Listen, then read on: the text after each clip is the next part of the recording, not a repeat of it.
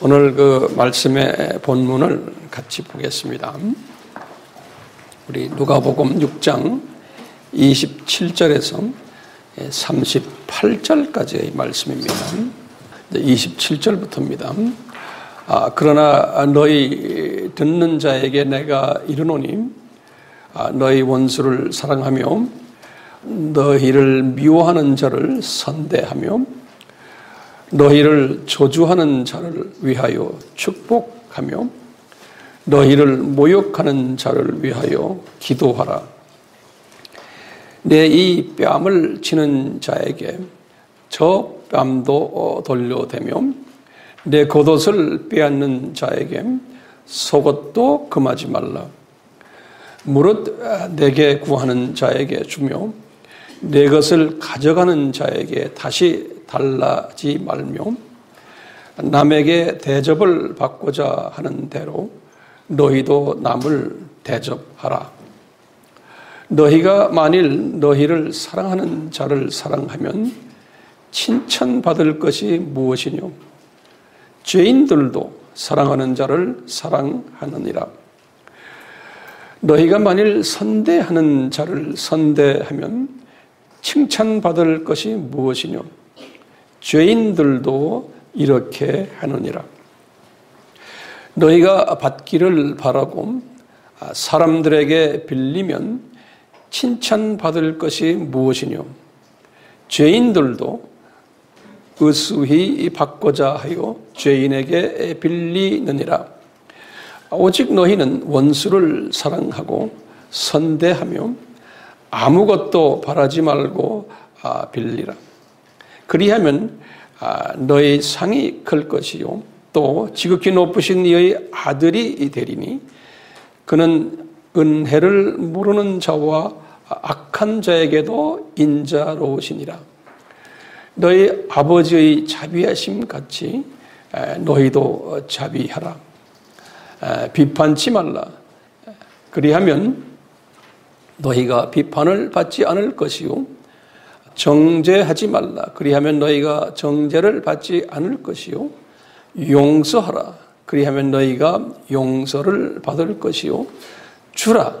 그리하면 너희에게 줄 것이니 곧 후히되어 누르고 흔들어 넘치도록 하여 너희에게 안겨주리라. 너희의 헤아리는 그 헤아림으로 너희도 헤아림을 도로 받을 것이니라. 아멘. 말씀이 오늘 주제가 되어서 주님이 우리에게 이 말씀을 통해서 무엇을 말씀하시는지 깊이 상고하는 시간을 가지겠어요. 우리 지난 시간에는 평지수훈의 그 네 가지 복과 또 네 가지 화에 대해서 말씀했어요.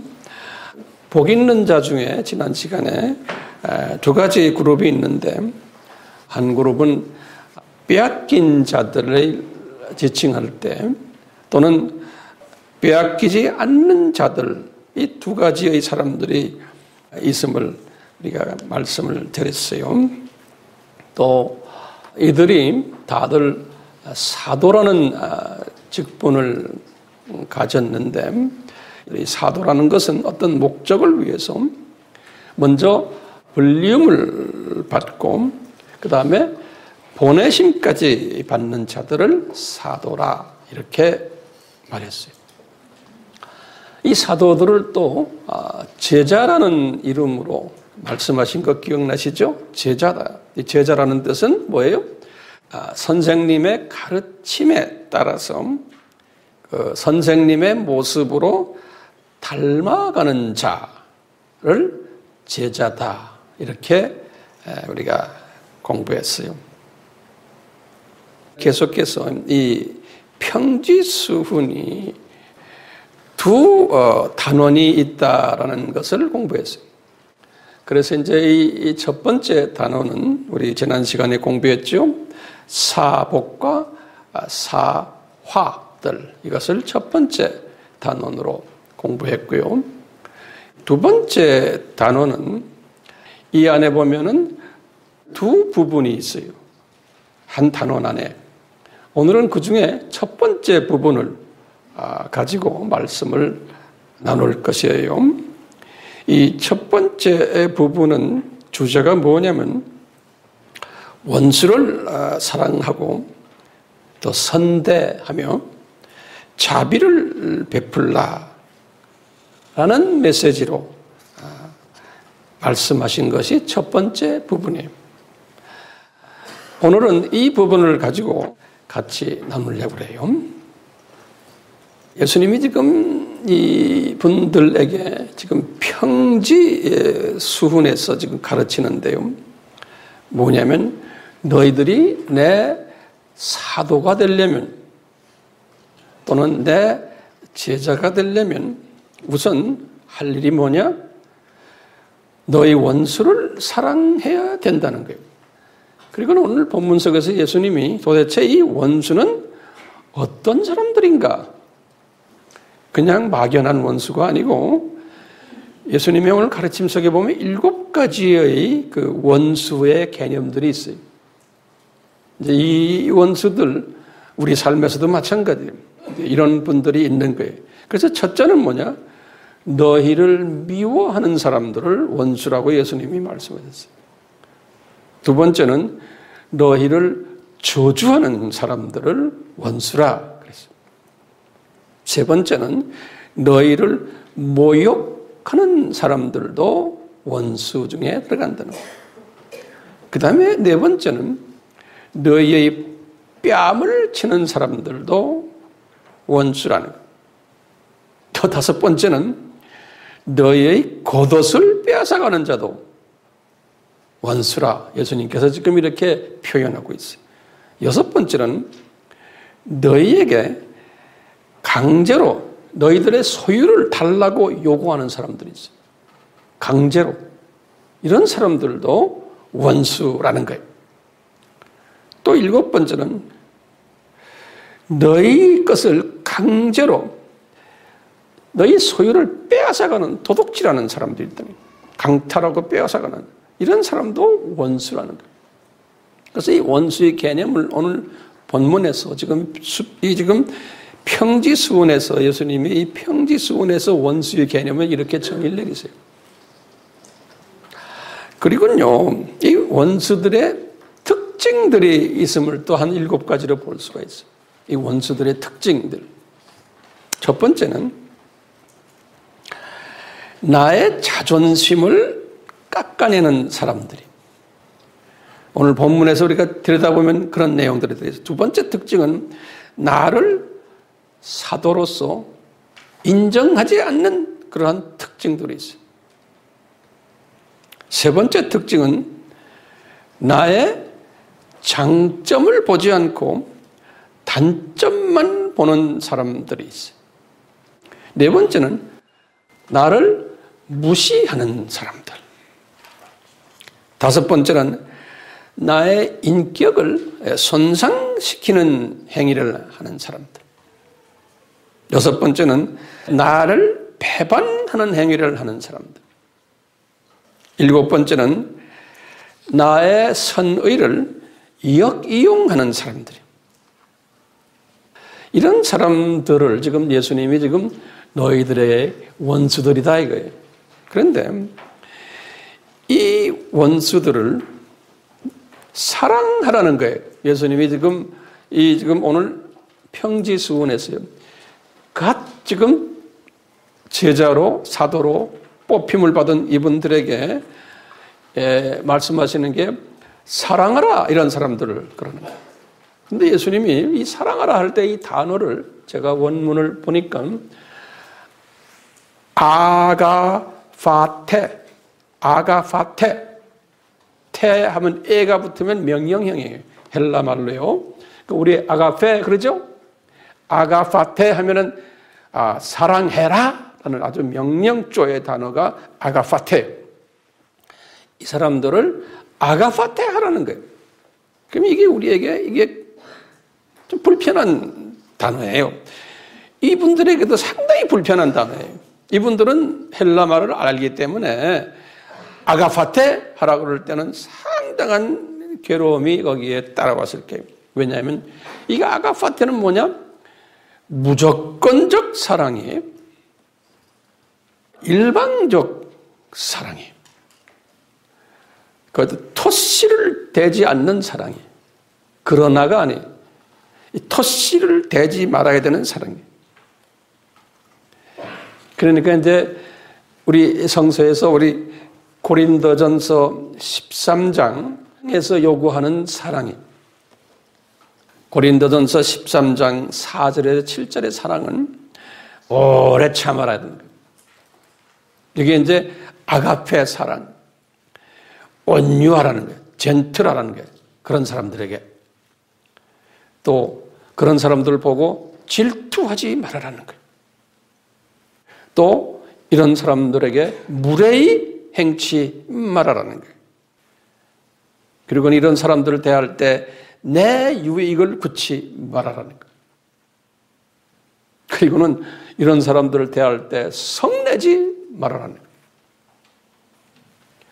그 다음에 이 사람들의 나에게 악한 것, 한 걸 마음속에 갖고 있지 말라는 거예요. 악한 것을 생각하지 말라는 것은 영어로 그래서 not record of wrong, their wrongdoing. 그분들의 잘못된 것을 항상 마음에 담고 있지 말라는 거예요. 그러니까 모든 것을 참으며 믿으며 바라며 견뎌라는 거예요.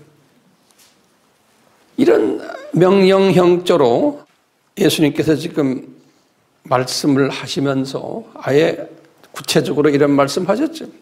미워하는 자를 선대하고 저주하는 자를 축복하고 모욕하는 자에게 그분을 위해서 기도하고 입밤을 치면 이쪽 밤도 갖다 대고 겉옷달라면 속옷도 주고 구하는 자를 그냥 주고 네 거 가져가는 사람에게 그냥 달라고 하지 말고 이렇게 하라는 거예요.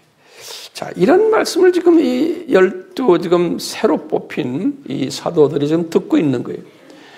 지금 이렇게 말씀하실 때 이분들만 들었어요? 안 그러면 주변에 또 다른 제자들도 있었어요. 우리 공부했죠? 주변에 다른 제자들도 많았죠? 그렇죠? 그러니까 다 듣고 있는 거예요. 이분들이 이 말씀을 들을 때 감정이 어떻겠어요? 이분들의 그 반응이 어떻겠어요? 이분들은 유대인들이기 때문에 구약적인 사고방식을 갖고 있는 사람들이에요. 구약의 가르침, 또 특히 모세오경의 가르침을 알고 있는 사람들이에요. 이 모세오경의 가르침은 지금 예수님이 말씀하시는 것과 정반대의 가르침이에요. 그래서 이 모세오경의 이 가르침을 제가 성경 구절을 드릴 테니까 적어 놓으세요. 출애굽기 21장 24절에서 25절에 보면 여기에 대한 가르침이 있어요. 모세가 직접 가르친 거예요. 그 다음에 레위기 24장 20절에서 21절에도 여기에 관한 가르침이 있어요. 이 출애굽기 21장 24절 25절에 보시면 이렇게 모세에게 말씀하셨죠. 너희들 하나님의 자녀들이에요. 이스라엘 사람들에게 말하기를 눈은 눈으로 누가 네 눈을 뽑으면 그 사람 눈 뽑아라. 이는 이로 누가 네 이빨을 뽑으면 그 사람 이빨 뽑아라. 영어로는 그랬어요. Eye for an eye, tooth for a tooth 그랬어요. 그 다음에 네 손을 자르면 그 사람 손 잘라. 손은 손으로, 발은 발로. 누가 너를 물로 데우면 데운 물로. 너를 상하게 하면 상하게 해라. 너를 때리면 같이 때려줘라. 이 말씀이 지금 모세오경에 나오는 말씀이에요. 우리 레위기 24장 20절에서 21절에도 누가 너에게 파상을 주면, 상처를 주면 상처 줘라. 눈은 눈으로, 이는 이로 갚아라. 남에게 손상을 입힌 대로 그에게 손상 입혀라는 거예요. 이런 말씀을 지금 하셨고, 유대인들이 과거에 모세 때부터 1500년 동안 예수님 때까지 이런 식으로 사람을 대해왔던 거예요. 근데 갑자기 이 예수라는 젊은 청년이 나타나셔가지고 이 사상으로 물들어 있는 유대인들에게 특히 뽑아가지고 12명을 또 주변에 있는 지금 그분을 따라다니는 지금 많은 제자들, 예수님의 그 8가지의 비상한 일들을 보고 따라다녔던 분들, 이분들이 갑자기 이 점잖은 젊은 청년 예수님이 구약에 가르친 것과 정반대의 이야기를 하는 거예요. 그러니까요, 이분들이 이게 내 상식으로는 이게 불가능한 이야기고 비성서적이고 비이성적인 가르침을 이분이 하는 것에 대한 갈등이 있었어요. 예수님이 이렇게 말씀을 하시고는 약속하시기를 너희들이 이렇게 하면은 사람들에게서 칭찬받고 너의 상이 클 것이다 이렇게 말씀했어요. 근데 보면요, 이 너의 상이 클 것이다 그러면서요, 너희들이 이렇게 하면은 하나님의 아들이 될 것이다 이런 약속을 했어요. 그럼 이제 나중에 우리가 보겠지만요, 요 비슷한 말씀을 나중에 이제 제자들을 데리고 산으로 올라가셔가지고 이제 산상수훈에서 요 비슷한 말씀을 또 하셨어요. 요 산상수훈에서 하실 때는 12 제자들만을 따로 데리고 올라가셔가지고 이렇게 지금 갈등을 가진 요분들에게 주님이 그분들이 이 갈등 가진 걸 아는 그런 상태 속에서 이분들을 데리고서 이제 산상순으로 가르치기 위해서 올라가는 장면이 있어요. 근데 여기 보면요, 너희 상이 크다 할 때 산상수훈에는 꼭 뭐라고 그러냐면 하늘의 상이 클 거다. 이렇게 산상수훈에는 딱 못을 박아 놓는데 지금 여기에서는요, 하늘의 상이라는 말을 하질 않았어요. 그냥 너희의 상이 크다 그랬어요. 그리고 너희들은 하나님의 아들이 될 거다 그런 소리예요. 이제 나중에 우리가 산상수훈을 보면서 이제 비교를 하겠지만요, 이제 이분들에게 지금 말씀하시는 것은 얘들아, 너희들이 이런 사람이 되면은 이 세상 사람들이 너희들을 칭찬하고 너희들을 존경하고 이 세상 사람들이 너희들에게 상을 베푸는 것처럼 너희들이 인정받고 이 세상 사람들이 너희들을 상당히 좋아할 것을 예수님이 지금 말씀하시는 거예요. 그러면서 하나님의 아들이 된다는 것은요, 이 영적인 의미에서의 천국에 올라가서 하나님의 아들이 된다는 의미가 아니고요, 이 세상에서 상속자가 된다는 것, 다시 말하면 높임을 받고 이 세상 복을 받을 것을 후하게 되어서 누르고 아주 이 세상에서 너희들이 많은 복을 받을 것을 말씀하셨습니다. 제가 이런 말을 왜 하냐면요, 이제 우리가 이제 비교를 할 터인데 요 평지수훈을 말씀하시는 것은요, 그 육적인 부분과 혼적인 부분을 가지고서 그쪽 측면을 놓고 이 제자들이지만 육적인 부분과 혼적인 부분을 먼저 다루시는 부분이, 그래서 너희들이 이 부분에서 칭찬받고 복을 받고 아들의 직분을 가지게 되고 상급받고 하려면은 이런 원수를 사랑하는 일을 해야 된다는 거예요. 그러니까 이 세상에서 복받는 일이, 이 평지수훈의 가르침은 이 세상에 초점이 가 있는 거예요. 그러니까 오늘날요, 기독교인들 중에서 특히 사도라는 사람들 또는 제자라는 사람들 중에 이런 사람들이 많을 것을 예표로 보여주시는 거예요. 다시 말하면 교계의 지도자들이나 또는 뭐 정교회 로마 카톨릭, 우리 개신교, 다 소위 크리스천들의 지도자들 중에 이 세상에 초점이 있어가지고 인간적으로 보면 용서 잘하고 좋은 일 많이 하고 사람들에게 칭찬받고 상급받는 이런 분들이 많을 것을 제자들에게 예표로 가르쳐 주시는 거예요.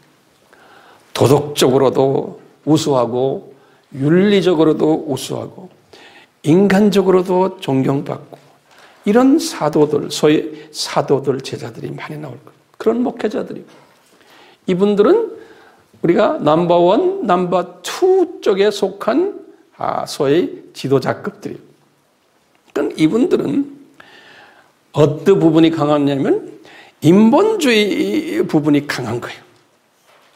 그러니까 오늘날로 보면 인권운동도 하고 이 세상의 가치 기준을 가지고 그러니까 이성주의가 강하고 이런 분들을 우리가 진보주의자들이라고 그러죠.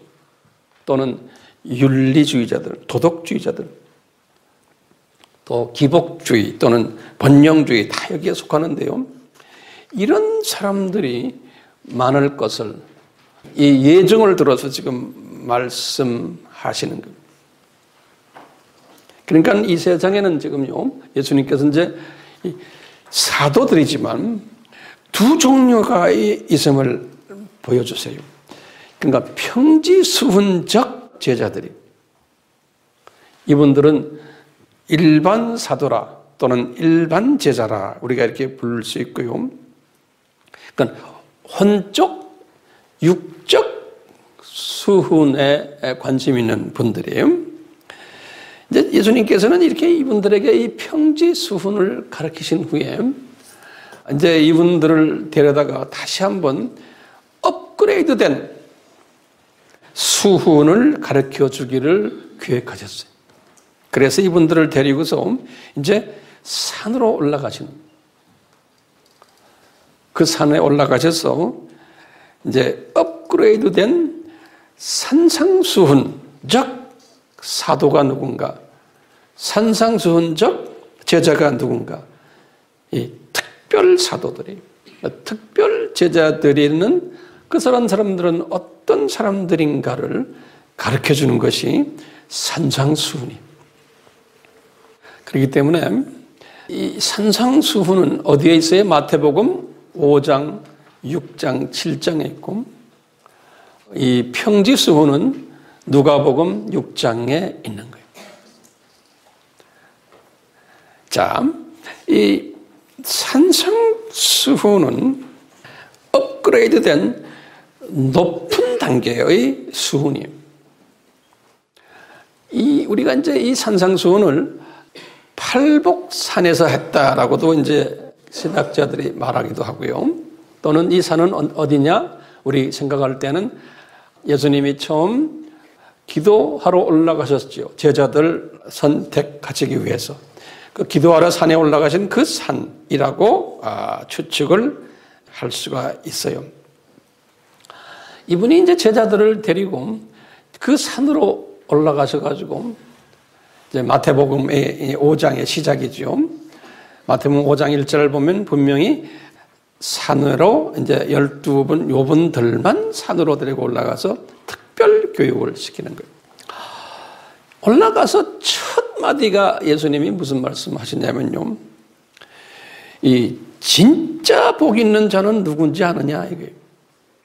이제 평지에서 복 있는 자가 이런 사람이다 말했는데 진짜 복 있는 사람은 누군지 아느냐 그러면서요.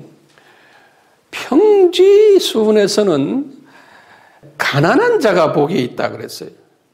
그런데요. 이 산상수훈에서는 예수님이 거기다가 뭐냐면 심령이 가난한 자가 복이 있다라고 심령을 딱 거기다가 첨가를 했어요. 심령이 뭡니까? 그래서 이 심령을 우리가 뭔지를 알아야 돼. 이제 그러려면 사람의 구성을 우리가 알아야 돼. 데살로니가 전서 5장 23절. 육, 혼, 영. 이게 사람의 구성이죠. 성경 구절 나오죠. 근데 이 사람 중에서 이거 혼의 구성이 또 있어요. 혼이 어떻게 구성되어 있느냐? 마가복음 12장 30절에 혼이 지하 4층으로 되어 있는데 지하의 가장 높은 쪽이 힘이에요. 힘. 그 다음에 지하 두 번째 층이 뜻이고 세 번째 층이 목숨이고 제일 지하의 낮은 층이 마음이에요. heart. 그래요. 마음. 카르디아라는 헬라 말로 되어 있어요. 또는 유대인 말로는 레바브라는. 그런데요, 성서에 보면은 요 마음이란 요 제일 아래층에 그것을 내 영이라 그래서 내 영. 그러니까 나나 여러분들에게 영이 있어요. my 영 그랬어요. 그 내 영을 사람의 영이라 그래요. 이건 성령님이 아니에요. 사람의 영이다. 로마서 8장 16절 또는 고린도전서 2장 11절 또는 바울의 영이라고 그래가지고요. 고린도후서 2장 13절 이렇게 이 영을 푸뉴마 그렇죠? 예, 그래서요. 요 지금 마태복음 5장 3절에 예수님이 지금 말씀하신 심령이 뭐냐면 요 나의 영이 헬라 말로는 그래서 푸토코이 토 푸뉴마티 예, 그 푸뉴마란 말 알죠? 예, 이렇게 해놨어요. 그러니까요, 하트라는 이 하트의 가장 밑바닥에 누가 있다는 게 내 영이 있다는 거예요. 그러니까 내 영과 성령님과 만났을 때 우리가 하나님의 자녀가 되는 거예요. 그런데요, 하트는 또 마음 이렇게 하는데요. 잠언 4장 23절에도 마음이란 단어가 나요. 그 다음에 중심이라는 단어도 썼어요.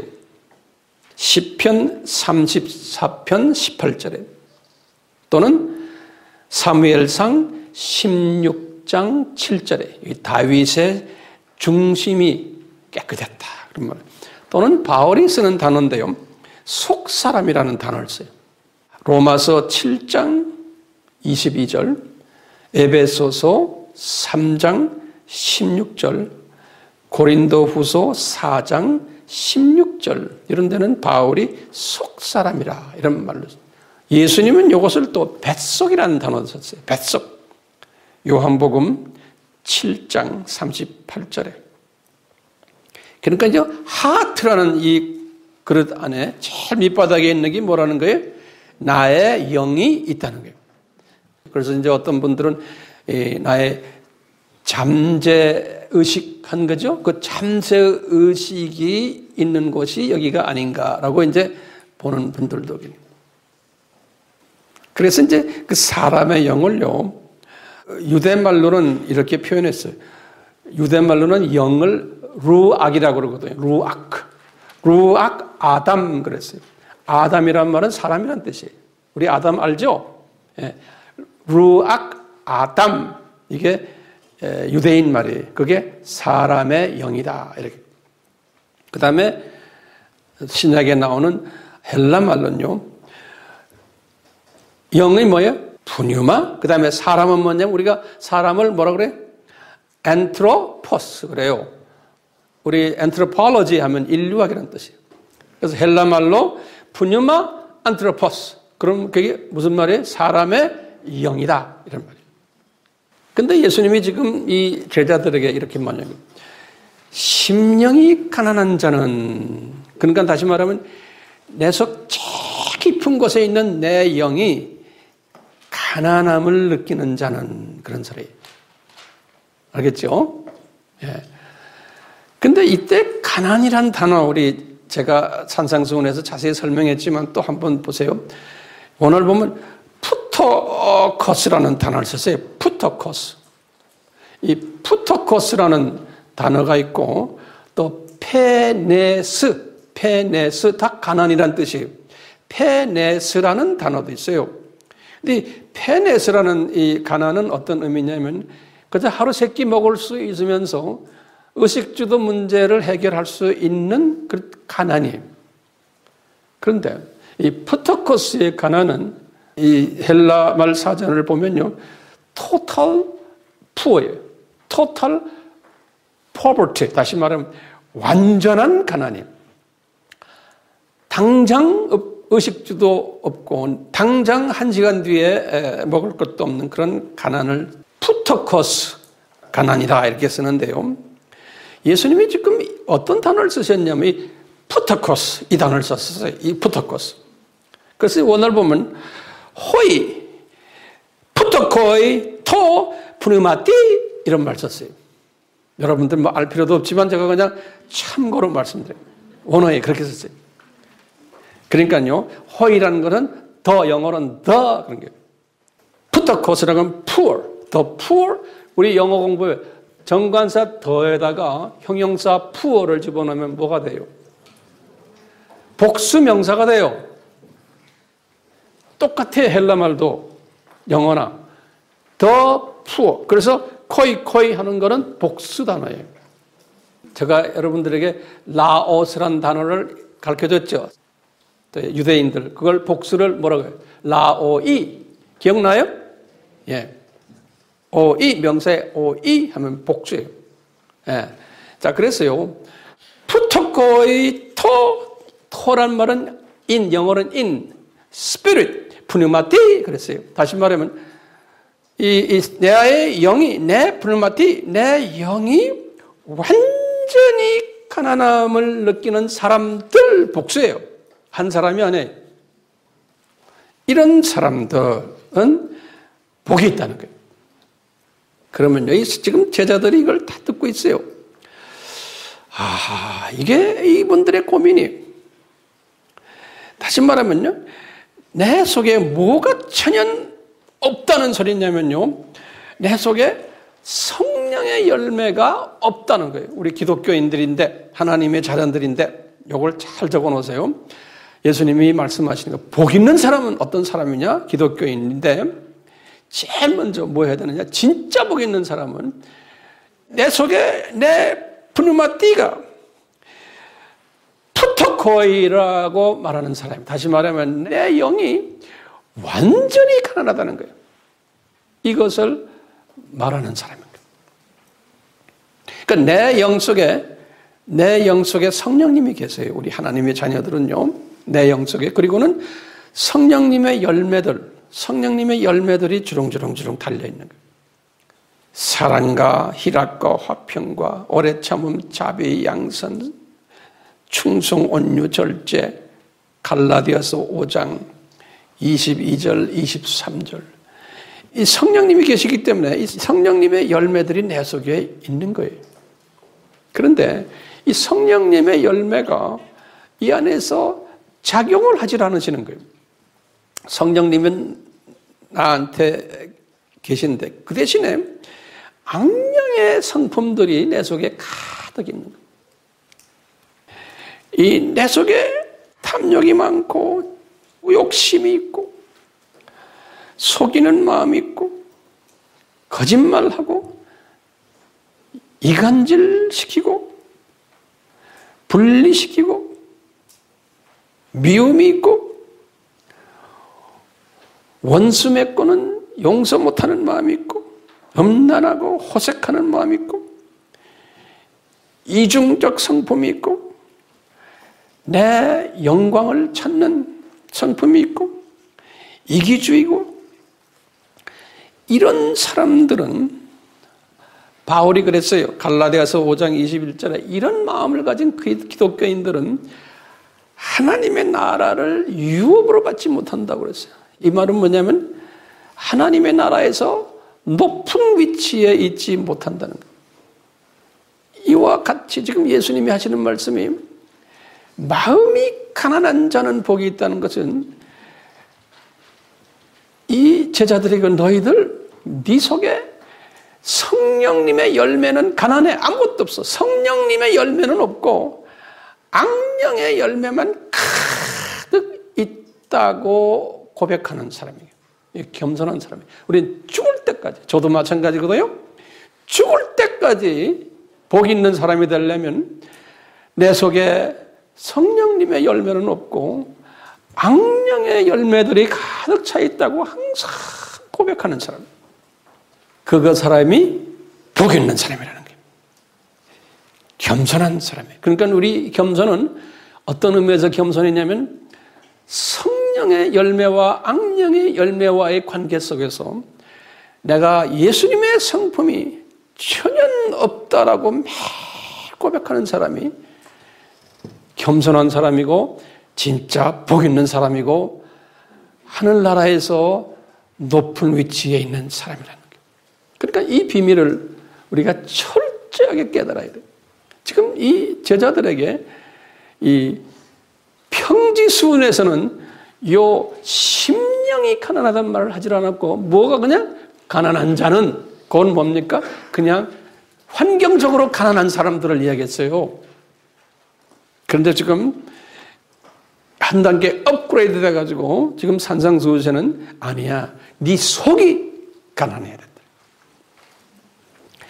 이 가난한 사람들은 어떤 복이 있냐면은 천국이 저희 것이요 그랬어요. 현재형으로 썼어요. Theirs is the kingdom of heaven. 이 천국이 저희 것이요 했는데요. 똑같이 수평수훈에서도 천국이 저희 것이요 했어요. 똑같이. 그 약속은 같아요. 자, 그런데 여기에서 우리가 분간을 잘 하셔야 돼요. 도대체 이 천국이 뭡니까? 예? 이걸 우리가 알 필요가 있어요. 우리 알다시피 우리가 마태는 항상 천국이라는 단어를 썼죠. Kingdom of Heaven 그랬어요.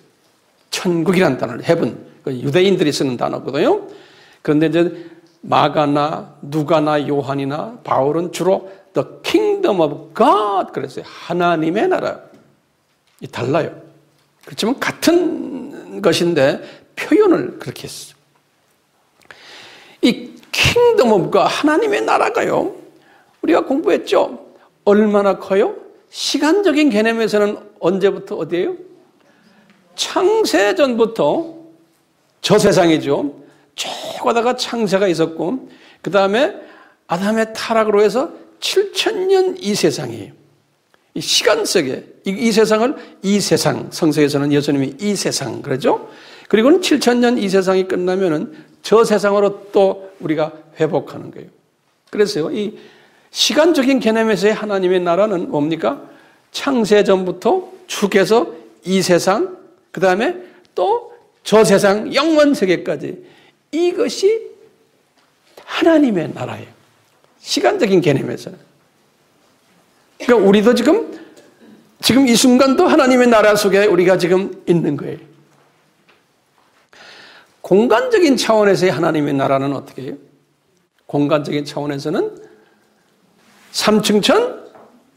3층천은 뭐예요? 낙원에. 3층천, 그 다음에 2층천, 이 우주. 그리고는 1층천, 요 공중이라고 그래요, 공중. 자, 1층천이 있은 다음에 뭐가 있어요?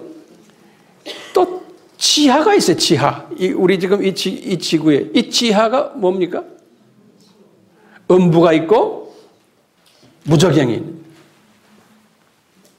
그러니까요, 이 하나님의 나라를 공간적인 차원에서 보면 저 파라다이스부터 저 밑에 음부까지가 다 하나님의 나라인 거예요. 이 하나님의 나라라는 말은 거기에 보면 영토가 있어요. 그래서 영토 지금 말씀했죠? 두 번째 하나님의 나라는 거기에 보면 왕이 있어요. 그렇죠? 이 하나님의 나라의 왕이 누굽니까? 예수님이에요. 삼위 하나님 중에서 예수님이에요. 바울이 말했어요. 디모데전서 6장 15절. 만유의 주, 왕 중의 왕이라고. 이 하나님의 나라를 실제로 통치하는 분은 누구예요? 통치자가.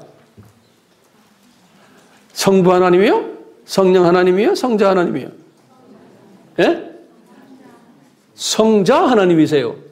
예수님이세요. 어떻게 알아요? 마태복음 28장 18절에 예수님이 뭐라고 그랬어요? 예? 예수님이 하늘과 땅, 하늘들과, 복수로 썼어요. 하늘들과 땅이라는 건 저 밑에 지금 음부까지예요. 하늘들과 땅의 모든 권세를 아버지가 나에게 주셨다는 거예요. 그러니까요, 이분이 이 권세를 떠맡으신 분이. 우리가 섬기는 예수님은 대단한 분이세요. 그렇기 때문에요. 하늘과 땅의 모든 권세를, 그 속에 있는 모든 피조물들 다 예수님의 장중에 있다는 거예요. 자, 이게 천국이에요. 자, 천국이요. 됐죠? 자, 그러면요. 우리가 처음에 평지수원에서 너희들이 가난하면 천국이 너희들 것이요 할 때, 그때 이 가난이라는 것은 마음의 가난이 아니에요. 환경적인 가난이. 이 가난할 때 너희들이 천국을 누린다는 거예요. 이때 천국과 예수님이 지금 산상수훈에서 마음이 가난한 자는 천국을 누린다는 것과 어떻게 우리가 비교할 수 있어요? 우선 저쪽에 평지수훈에서의 마음의 가난은 이제 환경적인 마음의 가난이 이런 사람 천국을 누린다 할 때 이 천국은 고작해야 이 세상을 지칭하는 거예요. 그 당시에는요. 이 세상 천국이. 그러니까 시각이 이 세상에만 가 있는 이런 사람들이 사도지만 제자들이지만 목사지만 신부지만 신학자지만 이 세상에만 눈이 간 이 세상 복을 추구하는 사람들. 예수님께서 지금 산상수훈에서는 뭐냐? 마음이 푸토커스가 된 사람은 어떻게 달라지느냐? 똑같이 천국이 저희 것인데 이 당시에는 뭐예요? 마음이 푸토커스라는 건 내 마음이 점점 순수해지는 거예요. 나중에 우리가 좀 마음이 순수한 자는 어떻게 돼요? 하나님을 볼 것이요 그랬죠. 예수님이 나중에 말씀하시거든요. 마음이 순수한 자는 이 삼층천부터 시작을 해서 저 밑에 음부까지를 들여다보는 사람이에요. 그걸 아는 사람이에요. 그 다음에 이 시간적인 영원세계에서부터 이 시간세계에서 또 영원세계까지 이 전체 시간적인 천국 개념을 보는 사람이에요. 그러니까요. 마음이 순수해질수록 이 시각이 점점 더 뚜렷해지는 거예요. 이게 복 있는 사람이라는 거예요. 그러니까 이 사람이 진짜 복 있는 사람인지 아닌지는 그분의 사고방식과 그분의 말하는 거와 이분의 세계관과 가치관을 딱 보면 아는 거예요. 이 사람이 어느 정도 눈을 뜨고 있는 사람인가. 시각이 어디가 있느냐. 그러니까 이 시각의 종류에 따라서 이것은 이제 믿음, 우리 히브리서 11장 믿음 가진 자나 똑같은 개념이에요. 히브리서 11장 믿음 가진 사람은 이 세상을 1층천을 보는 사람이에요. 그 다음에 아래 음부까지 보는 사람이에요. 그렇지만 또 저 세상이 내 본향이라고 보는 2층천, 3층천까지 보는 사람. 그게 믿음이 있는 사람. 그러니까 믿음의 눈. 그래서 바울은 우리 로마서 12장에 봐줬지만 사람마다 하나님의 자녀들인데 믿음의 분량이 다르다는 거예요. 이 세상을 보는 시각이 다르다는 거예요. 다시 말하면요. 영의 눈이 어느 정도 떠 있느냐의 그 분량이 다르다는 거예요. 크기가 다르다는 거예요. 지금 제자들에게 지금 이 12분들 모아놓고는 이 업그레이드된 시각을 가르쳐주고 나머지 사람들에게는 이 그냥 평범한 시각을 보여준 걸 우리가 볼 수 있어요. 그렇기 때문에요. 예수님이 그러는 거예요. 너희들 이 업그레이드된 시각을 가지려면 천국을 파노라마처럼 볼 수 있는 그런 시각을 가지려면 조건이 있다는 거예요. 그러면서 이분이 그런 게 첫째 조건은 뭐냐? 애통해야 된다는 거예요. 애통하는 마음을 가지고 있어야 되는 거예요. 그냥 평지에서는 그냥 운다 그랬어요. 그 우는 수준이 아닌 거예요. 애통하는 사람은 어떤 슬퍼하는 사람이에요. 자, 뭘 슬퍼하느냐? 이제 우리가 이것을 잊지 말아요. 뭘 슬퍼하느냐? 내 속에 있는 이 사탄의 성품들, 이놈을 미워하는 거예요. 이 애통한다는 것은 내 속에 있는 나의 이 더러운 성품을 내가 미워하는 거예요. 내가 싫어하는 거예요. 이것이 나 속에 있는 거를. 그러니까 복 있는 사람은 벌써 달라요. 또 불편해하는 거예요. 내가 가지고 있는 이 성품이 이게 안 좋구나. 또는 후회하는 사람이에요. 또는 한 단계 나가서 대적하는 사람이에요. 쫓아내려고 하는 사람. 그뿐 아니라 내 속에 있는 이놈은 내 실력으로는 이걸 쫓아내지 못한다고 고백하는 사람. 그러니까 애통하는 거예요. 이게 누가 도와줘야 된다고 생각하는 사람. 이게 내 실력으로 안 되는 거예요. 그래서 이런 사람을 바울도 그랬어요. 이 상한 심정을 가진 자라고 그랬어요. 시편 51편 17절에 보면 broken heart 그랬어요. broken spirit 그랬어요. 상한 spirit. 우리가 이런 마음을 가지는 자들에게는 예수님이 너희들 이 마음을 가지라 그러면 내가 위로자를 보내주겠다는 거예요. 예수님이 약속하시는 위로자, comforter. 그 위로자가 누굽니까? 보혜사 성령님이신 거예요. 요한복음 14장 16절. 이 보혜사 성령님이 들어오셔가지고 나를 조금씩 바람으로써 쫓아내기도 하고 불로 태우기도 하시고 빛으로 비둘기같이 성령님의 기름 부으심으로 생수로 나를 이렇게 내 속에 있는 이 더러운 것들을 조금씩 한꺼번에 안 되거든요. 예수님의 제자들도 라이프타임에 죽을 때까지 평생 이것을 경험하면서 조금씩 성화를 시켜주는 거예요. 이 성화가 되면은 성화가 조금씩 될 때마다 우리의 마음을 그 다음에 예수님이 그런 거예요. 너희들의 마음이 온유해진다는 거예요. 온유하다는 말은 영어 성경어로는 젠틀하다 또는 meek, M-E-E-K라는 단어를 썼어요. 이 헬라 말은 프라우스라는 단어를 프라우스라는 단어를 제가 사전을 쳐다보니까요. 뭐냐면 온화하고 친절한 그러한 사람이에요. 그런데 이것을 전문가들은 이 프라우스라는 단어가 정확하게 어떤 단어냐면요. 훈련된 가축이라고 보시면 돼요. 다시 말하면 야생동물은 주인이 없어요. 제멋대로 사는 사람이에요. 그런데 훈련된 가축은 주인이 있어요. 주인 말을 듣는 거예요. 그러려면 아픔이 따라와요. 그래서 이 훈련된 가축을 묘사하는 단어가 이 프라우스란 단어예요. 그러니까 우리가 이 프라우스적인 사람이 되려면 한참 훈련을 받아야 되는 거예요. 이 애통을 하는 훈련 계속해서 받아야 되는데 그래서 성서에서는 모세를 예를 딱 들었죠. 민수기 12장 3절에 모세가 그 당시 중동 지역에서 가장 프라우스한 사람이었다는 거예요. 어떻게 그 사람이 모세가 이런 칭호를 받게 됐나요? 40년, 80년을 훈련받은 사람이에요. 40년 궁중생활, 40년 광야 생활하면서. 그래서 이 훈련을 받고는 나머지 40년을 사용하셨던 거예요. 그러니까 이분은 80년 훈련 받고는 항상 한 걸음 한 걸음 뛸 때마다 여호와께 물어보면서 간 거예요. 이렇게 할까요? 이렇게 할까요? 하지 말까요? 그건 예수님이 이제 다루기가 편하게 된 분이에요. 그건 우리도요, 항상 예수님과 대화하는 사람이에요. 내 뜻대로 하지 않고 주님의 뜻을 찾는 사람이에요.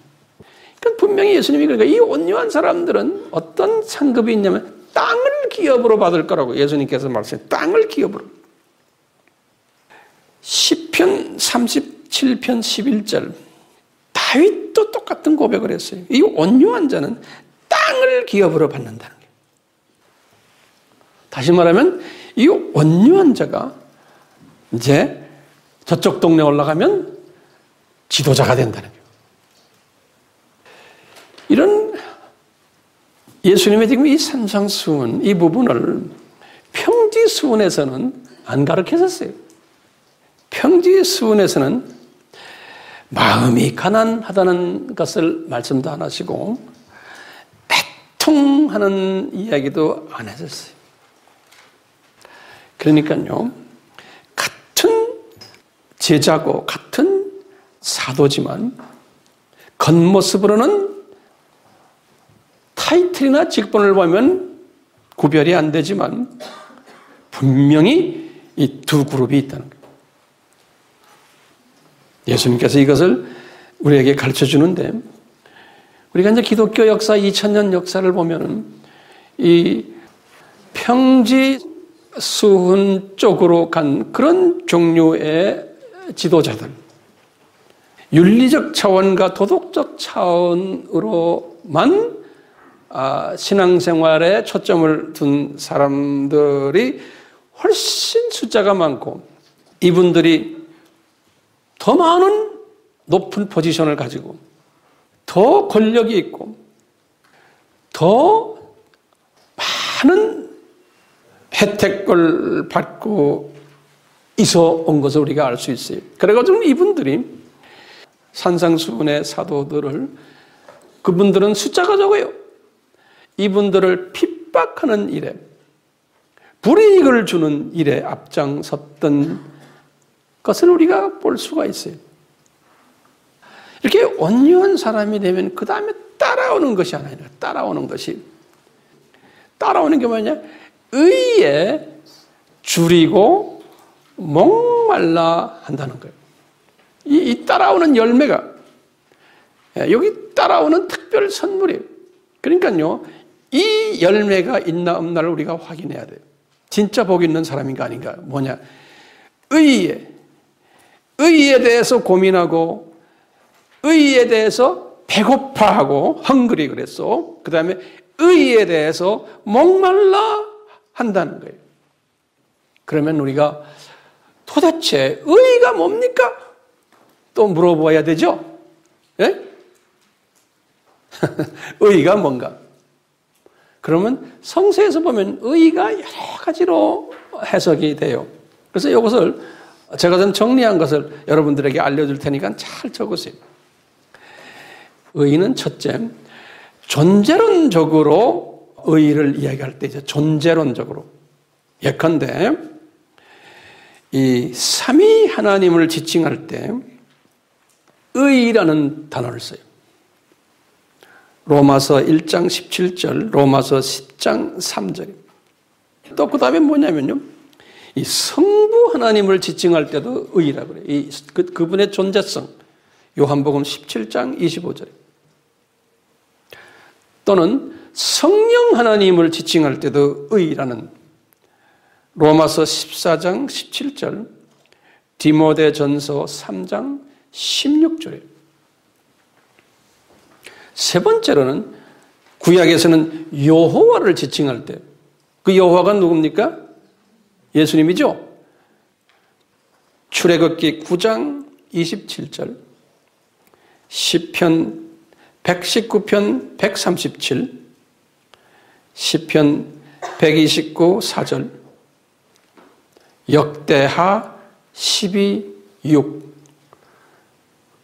이사야서 5장 16절, 느헤미야 9장 8절 꽤 많아요.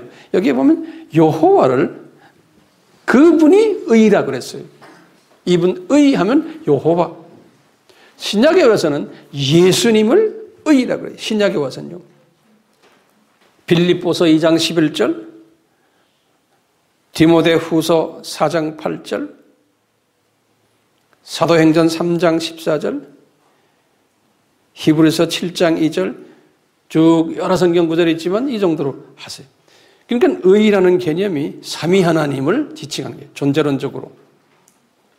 그 다음에 두 번째는요, 이 기능론적으로도 의를 성서에서는 지칭을 하고 있습니다. 첫 번째는 뭐냐면요. 여호와는 말씀과 규례를 통해서 의를 행하신다. 의를 행하신다. 사무엘상 12장 7절에. 두 번째로는 여호와의 의로 나를 건지신다. 시편 31편 1절이에요.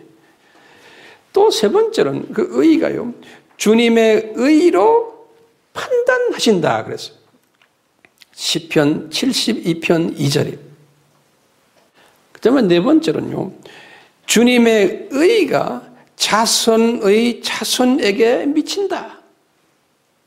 시편 103편 17절에. 다섯 번째로 주님의 의는 영원하다 그랬어요. 시편 111편 3절에. 그 다음에 이제 신약에 와서는요. 복음에 하나님의 의가 나타났다 이런 말 써요. 로마서 1장 17절에 사도 바울이 복음 속에 하나님의 의가 있는데 나타났다. 예수님이 나타났다는 거예요. 일곱 번째는 예수님을 믿는 자마다 의롭다 하심을 얻는다는 거예요. 죄 없다. 사도행전 13장 39절에. 로마서 3장 30절에. 여덟 번째는요. 의롭다 하시는 이는 하나님이시다. 로마서 8장 33절에. 마지막으로 성령 안에서 의의 소망이 나타난다. 그래서 성령 안에서. 로마서 14장 17절에. 첫째, 존재론적으로, 그다음에 기능적으로, 한 가지 마지막으로 하나 더 십계명적으로라고 써져. 십계명적으로. 그러니까 십계명 자체가 하나님의 의라는 거예요. 의.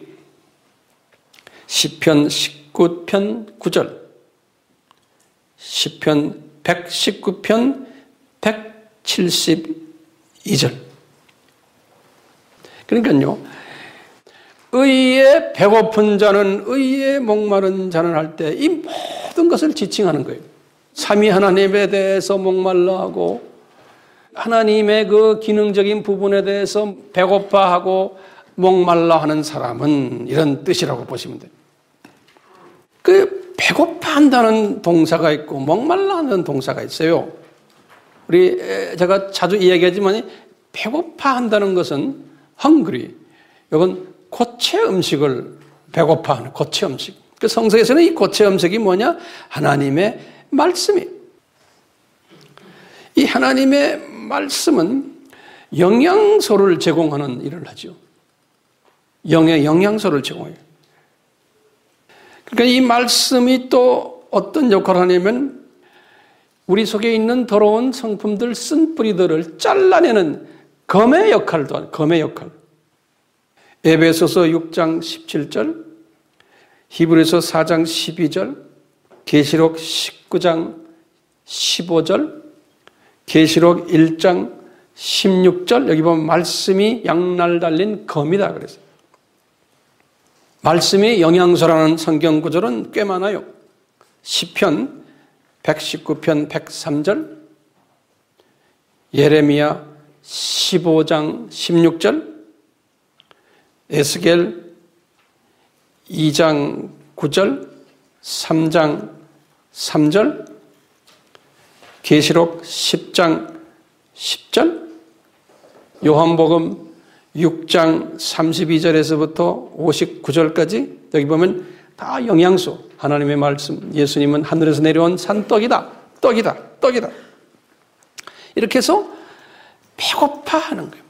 그러니까 하나님의 말씀에 배고파하는 사람이, 이 복 있는 사람은, 자, 말씀에 배고파하는 증세만이 아니고 그 다음에 목말라 한다는 거예요. 생수에 목말라 한다는 거예요. 생수에.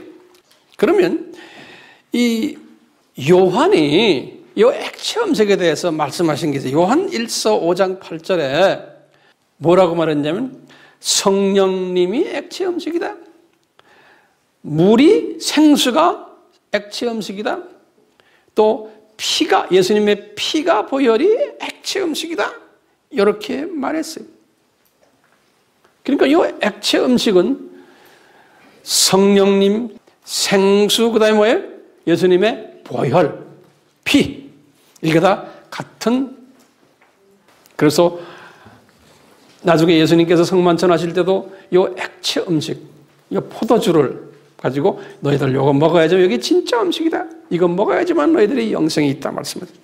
그러니까 이 액체 음식은요, 구원을 주는 액체 기능도 하고 성화를 시켜주는 액체 역할을 하는 거예요. 지금 마태복음 5장에서 말하는 요 복 있는 자는 구원 단계를 지나서 이제는 성화시켜주는, 그러니까 예수님의 보혈로 나의 쓴뿌리들 더러운 성품들이 씻겨나가고 성령님의 씻으심으로 씻겨나가고 하는 이 성화시켜주는 일들, 말씀의 영양소, 말씀의 검, 그 다음에 이 성령님의 씻으심, 이런 모든 것들이 우리 속에 들어오는 거예요. 그러려면 우리가 성령 충만해져야 되고 성령 세례를 받아야 되고, 그래서 우리가 항상 찬송 예배 전에 찬송이 있죠. 성령님의 세례가 우리 속에 어디까지 들어와야 돼요? 내 하트 밑바닥 어디에요? 내 영까지 내려와야 되는 거예요. 하나님의 말씀도 우리가 묵상해가지고 내 머리에 머물러 있는 게 아니고 이것이 저 밑에까지 내 하트까지 내 영까지 내려와 줘야 되는 거예요. 그게 복 있는 사람이에요. 평지수훈에서 4가지 복을 이야기했는데 예수님께서는 산상수훈에서 이것을 더 업그레이드 하셔가지고 이 4가지 복을 또 말씀하신 거예요. 그러니까 우리는 평생, 저도 마찬가지죠, 평생 이 4가지 이 부분을 계속 실습하고 묵상하고 해야 되는 4가지. 이거는 발전적이고 단계적이고 항상 이것은 계속 해야 돼요. 그러니까 어느 정도의 하나에 따라서 나의 영성이 달라지는 거예요. 이 천국을 보는 시각이 달라져요. 하나님의 나라를 보는 시각이 달라지는 거예요. 눈이 얼만큼 뜨였나에 따라서. 이 첫 4개를 잘 하다 보면 거기 그 다음에 나타나는 선물들이 있어요. 열매들이 있어요. 이렇게 시각에 이 변화가 오는 사람들, 이 열매 중에 하나가 제일 먼저 긍휼히 여기는 마음을 가진다는 거예요. 이 평지수훈에서의 긍휼히 여김과 지금 이 산상수훈에서의 긍휼히 여김, 이 차원이 다른 거예요. 예. 인간적인 긍휼히 여김과 그냥 영적인 긍휼히 여김, 이 차원이 다른 거예요. 긍휼히 여기는 마음을 가지면서 그런 사람에게는 약속이 있는 게 우리 예수님께서 나를 긍휼히 여겨주시겠다는 거예요. 그 다음에 2번째 열매는 마음이 청결해진다는 거예요. 긍휼히 여김을 받으면서 또 마음이 청결해지고 pure in our heart. 마음이 청결해지면서 하나님을 보게 된다는 거예요. 이 영성이 영안이 팍 되어진다. 하나님의 나라를 내가 더 크게 넓게 높게 보는 시각에 일어나고, 3번째 열매는 뭐냐면 화평케 하는 자들이 된다. 수직적인 화평과 수평적인 화평. 수직적인 화평은 전도와 선교하는 사람, 수평적인 화평은 교회 안에서 화평케 하는 사람. 이런 사람은 하나님의 아들이라 칭함을 받는다. 이건 특별히 높은 위치에 있는, 이거는 하나님께 인정받는 거예요. 우리 알다시피 영적 성장 6단계 있죠? 첫째가 뭐예요? 영적 유아, 영적 어린아이, 영적 사춘기, 영적 청년, 그 다음에 영적 아들이. 성서에는 영적 아들에 대한 이야기가 많이 나와요. 로마서 8장 14절에도 분명히 영적 아들이래. 너희들이 로마서 8장의 사람이 되면 영적으로 아들이래. 지금 화평케 하는 자는 영적 아들인데 그냥 평지수훈에서 영적 아들이라고 말한 거하고 지금 산상수훈에서 영적 아들이라는 말하는 거하고 같아요? 달라요? 달라요. 평지수원에서 영적 아들이라는 것은 이 세상 수준에서 사람들에게 존경받고 높임받는 얘기. 이 세상 수준에서. 그런데 산상수훈에서 영적 아들은 저 세상에서요. 저 세상에서. 이런 열매가 있을 텐데 마지막 열매가 뭐냐? 이런 사람들에게 계속해서 핍박을 가하도록 허락하시겠다는 거예요. 이 핍박을 가할 때, 핍박을 받을 때 약속이 있는 거예요. 그럴 때 너희들이 더 하나님의 나라가 보이기 시작한다는 거예요. 그러니까 핍박을 받아서 예수님의 이름을 전하다가 내 이름 때문에 핍박받을 터인데 천국이